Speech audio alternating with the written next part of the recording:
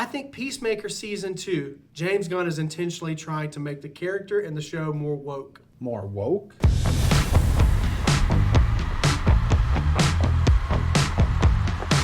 James Gunn's DCU is finally starting to take shape, but is it a shape that fans are actually going to like? Today, Nerdy Dustin and I break down Peacemaker Season 2. Does it get too political? And is it better than Season 1? Like the Joker said, here we go. In regards to Season 2, the character of Peacemaker that was already established in Season 1, there was never really any hinting that the character was bisexual. You know, he was always going after and fawning after James Gunn's wife, of course, Amelia Harcourt. So after doing some research, I was wrong about this. There were multiple references to the character being bi in Season 1. Another change to an established character for modern audiences. So in Season 2, this is just one of my problems with the show, but I wanted to start with this one particular issue. You have that party scene with Peacemaker. There's naked women all over the place, but then there has to be those bare naked men in the setting as well. I feel like for the character that was established of Peacemaker, that just felt very out of left field. The orgy scene was out of left field for you from the first Peacemaker. Yes. I look at it as that first Peacemaker, right, was pre-James taking over. Sure. We had the Suicide Squad. Warner Brothers was still fully in control. It was a different thing. But now that he's taken over, when you look at Superman and the new Peacemaker, it's all just super goofy. Putting an orgy scene in there, it fits with James Gunn's personality. And but there's literally dudes grinding on Peacemaker, and he's all into it. It's a character that even traditionally in the comics was never bisexual until recently. At the end of the day, gay people exist. Sure. This whole woke thing, all kinds of people exist out in the world. So James putting guys grinding in his show, that's normal. Those people exist. Well, they exist, but I'm saying... Why are you gay? Who says I'm gay? You are gay. Is it being done the right way is my biggest question, because once again, we have a character that doesn't have any history of that sort of thing ever in the shows or even in the books. Up until 2023, I'll give you that. Of course, after the debut of Peacemaker Season 1, where James Gunn planted the seeds of Christopher Smith being bi in 2022, a miniseries was released in 2023, ironically titled Peacemaker Tries Hard, that establishes the character as bisexual. Another modern adjustment to force DEI down people's throat, with characters that were completely different before. Dustin does bring up some good counter-arguments to this debate. Bringing all this stuff into said universe now compared to, let's say, Peacemaker being written in the 80s, it was a different world. This wasn't accepted. Now it's accepted. So, of course, it's going to be here. It's the world we live in now. I don't know why bringing in naked dudes into Peacemaker in 2025 is a crazy idea, whereas in 1980, it would have been a crazy idea because it was 1980. You know what I mean? Sure, the times have changed, but once again, I feel like there's other characters on the market to do that sort of thing with versus forcing it with characters that traditionally weren't bisexual. It is what it is. I'm fine with it. I don't think it's being forced on me. It's funny. It's in the show. Those people exist. That's what it is. I don't have a problem with it. This woke stuff, and I get it. A lot of other YouTubers and stuff are bashing on movies because a certain person is now doing something they weren't typically doing before. Yeah, they weren't doing it before because it wasn't accepted. It was either hated on or frowned upon, or society has moved in a new direction. Here we are. My thing at the end of the day is if you're watching Peacemaker and I guess you don't want to see that, I just don't watch Peacemaker. If you don't like something, you do have that option to just not watch it. And at the end of the day, if you're telling James and I don't want to see that, so I'm not going to watch your thing, okay. And James will tell you the same thing. If you don't want to watch Peacemaker grinding on dudes, I'm fine with that. I'm glad you brought that up because that's another thing. We've seen a lot more of that recently in Hollywood. People saying that exact thing. I understand that right now, culturally, we're more divided than we've ever been as far as a country, as far as everything else goes. But do you think that that's good for the DCU, for James Gunn, for Warner Brothers, for any studio that says basically what you just said? If you don't like it, don't watch it. Do you think that that's a good approach? Or do you think it's better to make content that everyone can agree on, that everyone would like, that would bring in all audiences, all shapes and sizes? That's not a realistic thing. You can't do that. Okay, so let's say you bring in Peacemaker and he hates the LGBTQ community, right? Why would they watch that? There's no way to make one thing that everyone agrees on. Yes, in the 80s and 90s, it was a little more possible because that stuff wasn't talked about. People frowned upon that stuff, so it just wasn't talked about. I don't like this argument, and I do think that even in this modern era, it is possible to create a film that is just as entertaining to all audiences. When a director or writer says, if you don't like it, don't watch it, they are potentially eliminating half of their audience, especially in today's climate where both sides of the political spectrum are so quick to be offended by something. And why are our only two options Peacemaker being a racist or not? Surely there's more middle ground here. My point being, from all of this, I think that we can bring in gay characters if these are characters that have always or mostly always been gay in the comics. How could they be, though? The Authority. That was where I was going to go with this. That was one of the projects which, for whatever reason, they haven't been able to get the script moving for that. But that's a prime example. Instead of, even though Iceman has recently been made gay, he was traditionally never gay in the comics. It's just one of those things like... Because he couldn't be. Have you tried not being a mutant? You are gay. We weren't alive in the 60s, but Right. hypothetically we were. Let's go back to the 1960s. If Stan Lee made Bobby gay, that would not have been accepted by society, and Marvel wouldn't have released that. But now we're in a new era, and now it is accepted, and gay people are here and out, get to enjoy life as themselves. So now they have representation with these characters. And who says that Stan Lee didn't always want Bobby to be gay or Iceman to be gay? He just couldn't make it gay back then. I just think that there's a better way of doing it. I really do. I get the other side where, and I've had this conversation with other people too. It's like, well, why can't they just make a new character that's intriguing, that people want to see? And I get that too, but at the end of the day, everybody needs to realize that society has moved on. And sure, I understand that society's changing, but it feels like a way for the studios to be like, you don't want to see gay people, but we're still going to put it on, and not only we're going to force it down your throat, but we're going to give you a gay Iceman or a gay Superman. It seems like they're not doing it the right way. If you were creating an intriguing character or a new character, modern character, but when we're going back, the same thing with Captain America being made black recently. Personally, I don't like any derivative characters, full stop. I don't like Bucky Cap. I don't like Sam Wilson Cap. My Captain America is Steve Rogers. Clark Kent is Superman. Bruce Wayne is Batman. Not even Batman Beyond. I forget the guy's name in the movie. Terry McGinnis. I didn't even like that. Even when it first came out, I was like, who is this guy? This is not Bruce Wayne. I guess I'm a little bit more of a traditionalist when it comes to that. I feel like that's how you lose a lot of the hardcore fan base when you come out the gate and say, hey, guys, we're going to give you Hal Jordan, Green Lantern, but this time around, he just happens to be gay.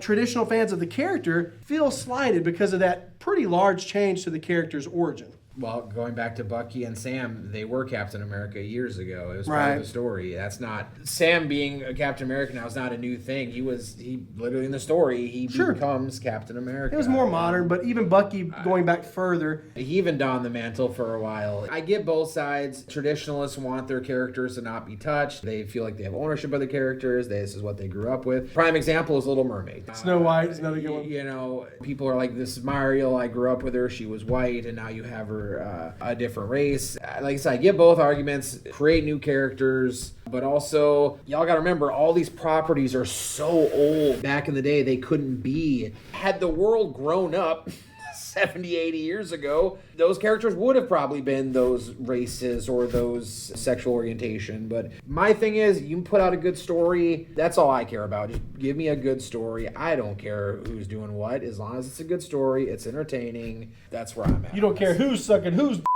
No, I don't. Like, well, I don't watch the movies for that, but, you know, I get where James Gunn was coming from. He was just making a funny scene. His sense of humor, if you know James, he finds that stuff funny. Me personally, no, I did not want to see an orgy scene in a DC property. With a ding-a-ling flopping around right next to John Cena's face. I didn't want to see that. I don't know anywhere in a comic book that I've read where all this stuff's going. But, you know. But it's very James Gunn. I see the argument you're making. My honest assessment, Hollywood knows that audiences won't support movies with new gay characters. Look at Bros, a comedy film about two gay men in 2022 that released to a worldwide gross of only $14 million.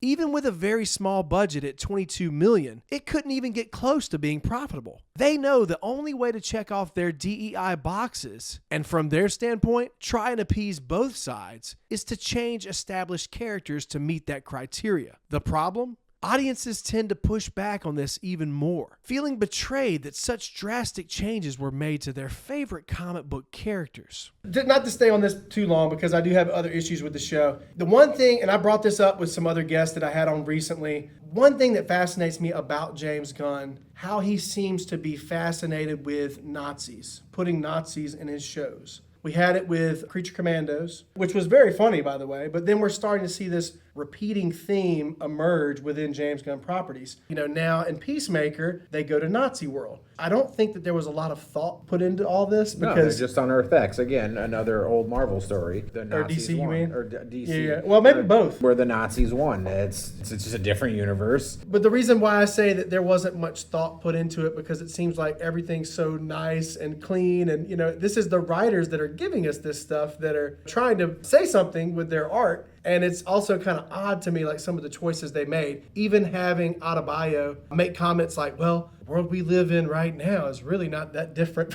from Nazi land. Like, are you kidding me? Some people think that because look what's going on in our world. I mean, there's two sides to everything. So in a world where she's getting chased by white people down the street. No, that's, well, in some situations, some places that probably is happening. So there's always been racism in the world. It's nothing, it's not a new thing.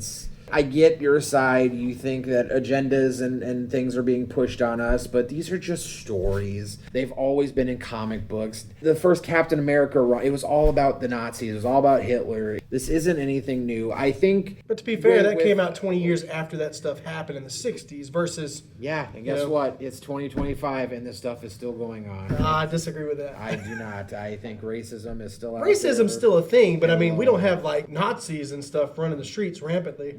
They're not running the streets, but there are definitely not. I mean, where we are right now, there is literally a KKK church right outside of town. It's a KKK church? Oh yeah, it's still a thing. It's still here in the South. It's still there. Still a thing. It's still an organization. It's still here, man. We're in South Carolina, by the way. Is it like the 40s Germany? No, I wouldn't say America's that bad. Some of it's still there. I personally, I don't think there are, and I work in film. I don't think there's secret agendas being pushed out there like that. It's just they're just stories. They're taking source material from the comic books, changing it up a bit. Earth X is an actual thing in the comic. You know, the Arrowverse did the same thing. They ran one of their specials was about Earth X, and it's nothing new. It's just everyone thinks there's a hidden agenda. And if there is, there is. I don't know anything about it. I mean, to be fair, no one's telling me about it. I've said this on the show multiple times. I think that in the current climate that we live in, both sides of the political spectrum are so ready to be offended about something, to be fair. Oh, 100%. Yes, everybody is offended by everything nowadays. We're definitely that's 100%. This is someone who is a huge fan of James Gunn. Peacemaker, I never even thought I would want a Peacemaker show after seeing The Suicide Squad, but James Gunn completely sold me on it. I think that a lot of the fans were upset because he made promises about cameos in the season finale, and that stuff never really happened other than Lex Luthor. Like, we did get a Lex Luthor cameo in the show. And also, one complaint that I have about the DCU in general, why is James Gunn trying to be a creative, or not just a creative, but like a writer, a director on almost every project? We're starting to get James Gunn fatigue from a lot of these movies and shows that are like the Superman movie was good, but it felt like a very much... I think at the end of the day, James Gunn is a huge fan of this stuff. And I gotta tell you, as a writer-director myself, I'm gonna be honest. If Disney came to me right now and was like, "Kevin is out, you're in," I'm gonna be doing the same thing James is. I'm gonna be redoing all the stories, putting them into the way I want to do it, and I'd have my hand in the cookie jar. And a lot of us fans out there would totally be doing the same thing. So James and Peter are fans of the DC universe and comics, and they definitely, yes, he's gonna have his hand in it, and that's. He's going to have his hand in it, but you mentioned Kevin Feige. Kevin Feige, with him, at least he gets other creatives. Now, granted, I'm sure that there's a lot of studio interference on, many different levels. I think, I'm not there for that, no, but I think definitely in the beginning, Kevin, I think definitely was doing what James is doing. He made sure that story was going in a certain direction, and he had his hand in everything. But then, yes, eventually it got so big that he had to take a step back and let other people have. But at the end of the day, they still all answer to Kevin. Eventually, James, I think, if he sticks around, I don't know what's going on with Warner Brothers. There's talks that's being sold. But if he does get to stick around, eventually, yeah, he's going to have to step back and let stuff grow. But right now, it's in the Iron Man stages, right? You just have Superman, Green Lantern. Actually, I don't think he had anything really to do with Green Lantern. But yeah, both Green Lantern and Clayface, he didn't have anything to do with Harvey. Eventually, he'll have to step back and let the universe grow. But I'm going to be honest, I'm liking everything he's doing right now. Creature Commandos was fantastic. Yes, I loved that way more than I thought I would. Now, don't get me wrong. If you watch my review on Superman, I gave it a 3 out of 5. There was certain things I didn't like. There are a lot of stuff I did like. Peacemaker Season 2, I really enjoyed that. Was it as good as the first season to you? The only reason I like Season 2 more is because I think Vigilante he's my favorite character. I think they used him more in Season 2, so there was a lot more of him, and I really enjoyed that. I really hated, you brought up Vigilante, I really hated how right after they show us that Peacemaker's father on that other world is actually a good person, I really hated how he instantly jumped in the window and unalived him. I have to say that on YouTube. It really took a serious moment. It's something that James Gunn usually doesn't do. A lot of other MCU movies do this, and I hate it. When they take a really serious moment and just undercut it immediately with silly, goofy humor. That's kind of what that felt like when he immediately killed Peacemaker's father. I did not read the Vigilante comics back in the day, but I'm pretty sure he was a different character. Because right now, Vigilante is just a Deadpool in Peacemaker, and I'm pretty sure that's not how he was. He was not like that in the Arrowverse and all that stuff. But so that's another character that's been altered, but nobody seems to care about that. Well, I think that also comes from ignorance of the characters, and something that's easier to spot is, taking a white person that's traditionally always been white in the comics and throwing a black guy in there to play the character. That's easier to spot for people that don't know that much about the comics. I'm just saying, yeah, but if you're gonna be so gung-ho and love a character, the minute they way they were, they completely change their entire personality and who they are, and yet nobody says anything about it. So you can't have it both ways. It's like, I think it's easier to be critical of characters that we know a lot more about, like a Superman or like a Captain America. Vigilante's been around a lot longer than a lot of those characters. I'm just saying. Yeah, but how many movies has Vigilante been in? But still, we're talking about Peacemaker. He's just same as Vigilante. I guess it's like, okay, so everyone's upset that Peacemaker's got dudes grinding on him, but they don't care that Vigilante is now a Deadpool character. I don't get it. Yeah, I can see the point you're making. There's hypocrisy there a little bit. Yeah, it runs rampant. It's crazy, but it is what it is. Back to the original. Yes, I've enjoyed what James Gunn's been doing with the DC. I was excited when he got announced as studio head. I was like, same. And Peter too. I think that was a slam dunk. Even Peacemaker Season 2, which I thought was a significant dip from the first season of Peacemaker, which, by the way, is my second all-time favorite superhero show ever. What I usually do with series like this, I take Season 1, Season 2, and eventually when Season 3 comes out, I kind of average them all. Season 1, I think, for me was like a 9 or 8.5. This season was more of like a 6.5. Still didn't hate it. Still thought it had a lot of great stuff in it. But there were some moments, like I said, that kind of made me raise my eyebrows a bit. The term woke, it gets thrown around a lot. I'm probably not even going to put it in the thumbnail for this video because at this point it's just overused. I will say that I think that there was a little bit more, I don't think that James Gunn had the intention of putting agendas into the show, but there was a little bit more something there that we've never seen historically with James Gunn, I would say. Maybe he did put it in there on purpose because we're talking about it. Right? That's the end of the day. Yeah, it creates conversation. James knows what's going to happen. All the studios knows what's going to happen. It's free advertisement, right? Peacemaker's grinding on dudes. No, the dudes are grinding on The him. Jews are grinding on him. That's gonna have people talking, and people are gonna see the show. Maybe he did. I don't know. I'm not James Gunn. At the end of the day, I didn't hate Peacemaker season 2. I really enjoyed it. What would you rate it? Scale of 1 to 10. Everything is subjective. An 8.5 is Season definitely- 2. Yeah, is definitely where I would. Yeah, So what would you rank season 1, just out of curiosity? about the same. 8.5. So you liked him equally. Like I said, the only reason I like season 2 just a little bit more is because Vigilante is my favorite character, and we got more of him. I think they're both. I mean, the opening scene is amazing in both seasons. At first, I didn't love the new opening song, but it grew on me over time. Oh, I love it. I love it. And one thing I will say, we haven't talked about this yet, but real quick, the finale of season 2 for me was very underwhelming. I will give you that. Not just because we didn't get to see that mega cameo that James Gunn promised, but it felt very slow pacing. Why are we focusing on that song for 15 minutes of the show? Yeah. It felt like we could have gotten a little bit more. I don't mind the cliffhanger, though. I think that that's an intriguing place to leave it. Giving us the checkmate, and I'm excited to see where he goes with season 3. I'm excited to see where he goes in general, especially the next Superman movie. Even the Supergirl movie, I'm intrigued about that. I was a lot more excited about that Supergirl movie until I saw her pop up in Superman. Seeing that she's a version of Supergirl that's a drunk teenager, Again, though, angsty. that's in the story. It's in the comic books. That's how that played out. Yeah, but I'm more of like traditional Helen Slater. Like she's more like Superman. But Yeah. but one good thing about her going this direction, at least it sets up the redemption arc for later stories. Can't wait to see what they do with the Green Lantern stuff. Yeah, Green looks Lantern, awesome. to me, Green Lantern's always been, especially the Green Lantern Corps, that's a story that could just be a massive TV show property all on its own. And I'm gonna be honest, I loved Superman, Mr. Terrific. Oh my gosh, that's my new favorite character. And the guy that they got to play Jon Stewart is probably the prettiest man that I've ever seen in my life. Oh. What's that actor's name? You are gay. I know you're talking about, but off the top of my head, I can't remember his name. He was just in a Netflix movie that was fantastic too. Yeah. And the other guy, I've seen him in a couple films. The one that's playing Hal Jordan. Friday Night Lights, coach. Yeah. Plays the coach in that. He's a fantastic actor. It reminds me of the level of casting that we got in those early MCU days. Like, hey, this is really the perfect person to play this role. Like Chris Hemsworth, I think, was, Yes. and Tom Hiddleston. That pretty much covers it for Peacemaker season 2. Fantastic show. Check it out. Yeah, it's. I think that if he would not have come out a couple days before the finale and saying, "Hey, there's a really big cameo coming," if he would not have promised that, I think that it would have overall got a better reception. I love Lex Luthor, so. But he had already made a cameo. I know, but Do I love Nicholas Hoult as Lex Luthor?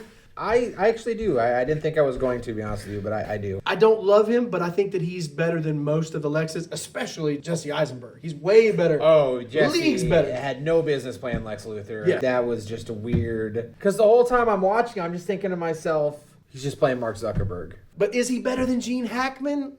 I don't think so. No, Gene Hackman will always be like the definitive Lex Luthor in film for now. And this is going to be controversial, but is he better than Kevin Spacey? Who, this is the controversial part. I think that Kevin Spacey might be my favorite Lex Luthor of all time. He had his moments, definitely as Lex Luthor. I feel like he was really trying to imitate Gene Hackman a lot, but that as far as I remember, that is Superman Returns is a continuation of the Reeves movies, so that would make sense. But It's like a spiritual successor. you can't take this away from Kevin Spacey. He is a fantastic actor. Mm-hmm. No matter what he did or didn't do. Is he a terrible person in real life? I don't know Kevin Spacey. Right. Same thing with Jonathan Majors, who was a great actor. I don't know these people in real life, so I don't know. I can only say acting-wise, they were fantastic at that job. We all have our flaws at the end of the day. Oh, at the end of the day, no human's perfect. Nobody's perfect. Now, if they were out there doing the stuff they're being accused of doing, then that is insane, and they need to go away for that. But Ezra Miller. yeah. Dustin and I don't always see eye to eye on every topic or look at everything the same way. But that's the beauty of us having this conversation. In today's world where the general public is so hastily ready to be offended by something, treating their political affiliations like a do-or-die cult, I hope that we can all sit down with each other and talk. No matter what backgrounds we come from or how different our opinions may be, we can all learn a thing or two if we just listen to each other. Thank you so much for watching this discussion here on Comic Book Cinema. All you horror buffs, don't forget to check out Nerdy Dustin's film he recently produced, Forest Hills. Shelley Duvall's last movie, also featuring Edward Furlong. Until next time, have a good one.